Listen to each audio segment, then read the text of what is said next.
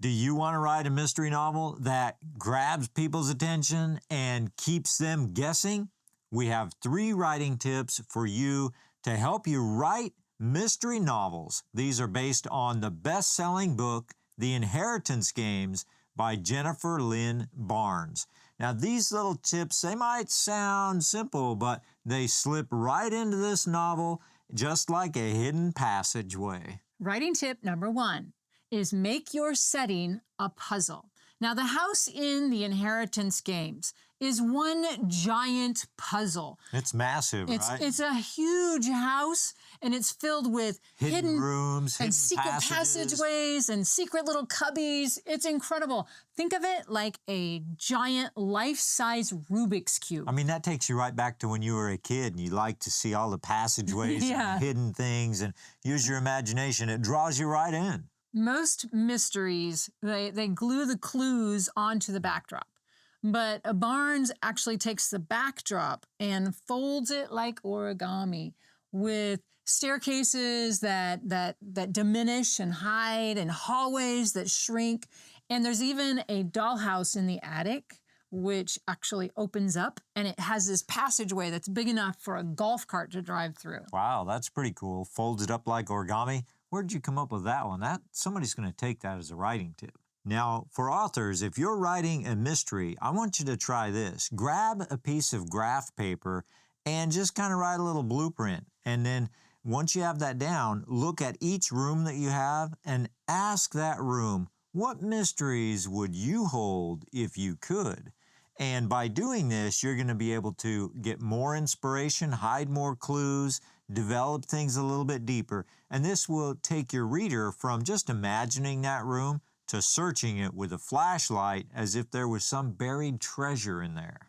Writing tip number 2 is to layer real clues with red herrings right in plain sight. What is a red herring? What are you talking about? I'm so glad you asked that. I thought you would be. A red herring is something that draws the attention away from what's really going on.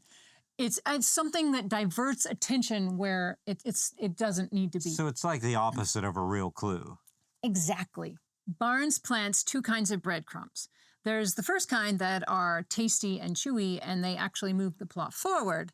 But then there's the other kind that they're fake. They don't taste good, and they really don't lead anywhere. So in this story, middle names lead to hidden hallways, and the middle name, but the middle name Tattersall actually leads to a dead end.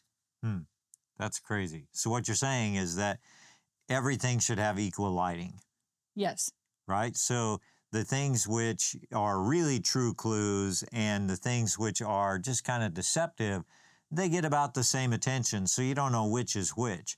And that helps keep people from grabbing the real clue versus the fake clue. So keeps them guessing. Yeah, it's kind of like gold. If they're searching for gold, they can't see past the glitter. Here's a quick litmus test. So if you can delete a clue and it doesn't affect the finale, then it is probably a perfect red herring. Writing tip number 3 is to keep the pacing like a heartbeat. Now, in the Inheritance Games, the pacing is brilliant. Every chapter ends on a jolt, a cipher, a slam door, or a text that simply reads, "Run!" Barnes drops a new question every 7 pages, but she also gives you an answer every 15 pages. It's like breathing. You inhale a mystery and you exhale the answer, and then you take another breath and you're taking in an even bigger mystery. So how can we as authors use this? Well, that's a great question. I think we need to think about kind of what you were saying just a second ago with the breathing. We need to think about what you're writing in pulses, an in and out, an up and down, a pulse, rather than just a scene.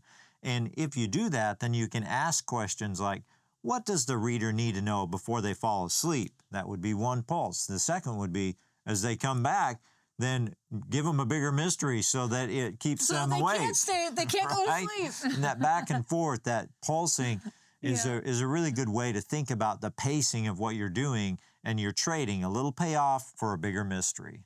You want the reader to constantly have something to be wondering about. Don't be too quick to give them all the answers.